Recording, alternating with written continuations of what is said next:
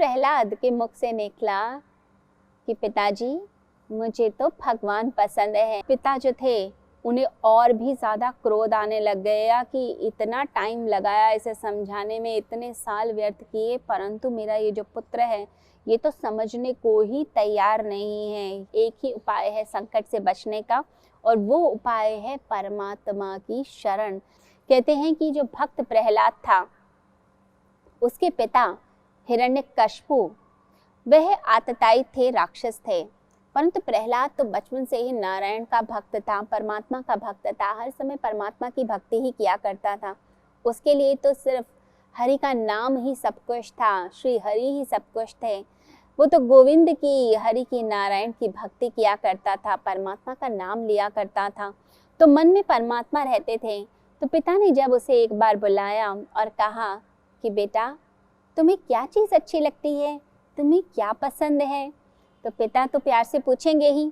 जो बच्चा होता है उसके प्रति तो लाड़ प्यार वैसे ही बहुत ज़्यादा होता है। तो पुत्र को बुलाया और प्यार से पूछा, बेटा तुम्हें क्या पसंद है। तो भक्त प्रहलाद के मुख से निकला कि पिताजी, मुझे तो भगवान पसंद है, मुझे श्री हरि पसंद है, मुझे तो उनका नाम लेना बड़ा अच्छा लगता है। जब मैं उनका नाम लेता हूँ तो ऐसा लगता है पूरा जो है रोम रोम रोमांचित हो गया है, मेरे अंदर ऊर्जा आ गई है, शक्ति आ गई है, प्रेम का प्रवाह आ जाता है, बहुत अच्छा लगता है। तो जैसे ही हिरण्यकश्यपु ने ये बात सुनी कि उनका बेटा जो है, जो उनका दुश्मन है, शत्रु है, उसी की भक्ति कर रहा है, तो बड़ा ही क्रोध आ गया।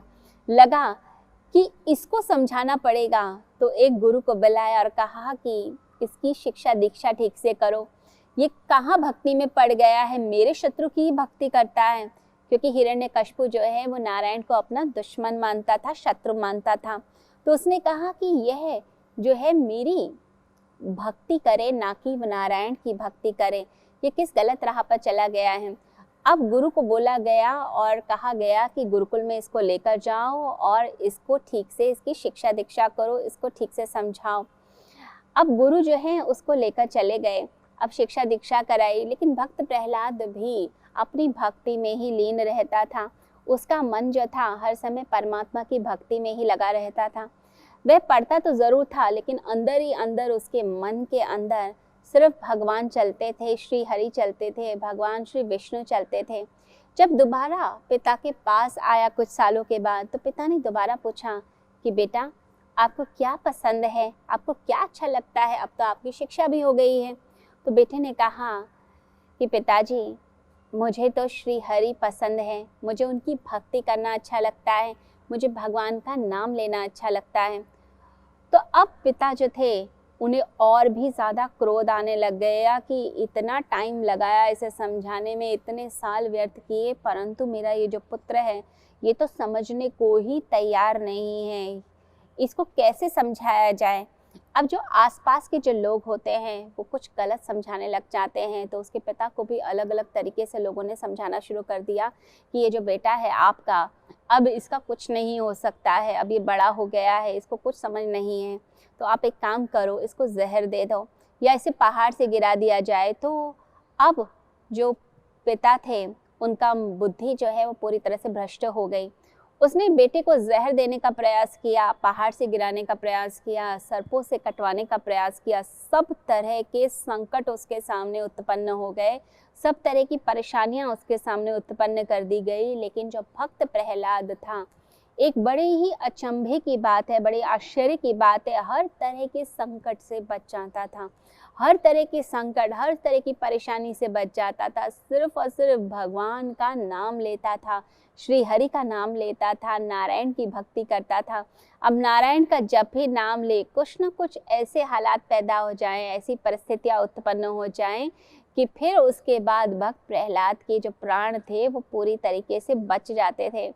अब यहाँ पर एक अद्भुत बात आती है कि भक्त तो होता है भोला, भक्त तो होता है सरल, परंतु वो जो सरल हृदय का जो भक्त है, उस सरल हृदय के जो भक्त के अंदर परमात्मा जब प्रवेश करते हैं तो उस भक्त को दिव्य बना देते हैं। तो साधारण व्यक्ति भी दिव्य हो जाता है परमात्मा की भक्ति करके, परमात्मा का नाम लेके। तो जब हम ईश्वर को बड़े दिल से पुकारते हैं, वो जो ईश्वर होता है वो खुद ही हमारे अंदर प्रवेश कर जाता है और हमारी रक्षा करना शुरू कर देता है। हिरण्यकशिपु ने बाद में भी प्रयास किए, लेकिन भक्त प्रहलाद का कुछ भी नहीं बिगाड़ पाया। उसकी बहन होलिका भी आई और होलिका ने कहा कि मुझे वरदान प्राप्त है कि अगर मैं चिता पर बैठ जाऊं, अग्नि में बैठ जाऊं, तो अग्नि मुझे भस्म नहीं कर सकती। उसने भी प्रयास किया, भक्त प्रहलाद को अपनी गोदी में बैठाया, लेकिन प्रहलाद का कुछ भी नहीं बिगड़ा, बल्कि होलिका का विनाश हो गया। ये दर्शाता है कि संसार की अग्नि कितनी भी प्रचंड हो, किसी व्यक्ति का शक्ति, उसका वरदान कितना भी तीव्र हो, लेकिन अगर कोई व्यक्ति गलत काम कर रहा है तो वह भक्त का कुछ भी बिगाड़ नहीं सकता, क्योंकि भक्त जो है परमात्मा की शरण में होता है, और जो परमात्मा की शरण में हो गया उसका कोई भी नाश नहीं कर सकता।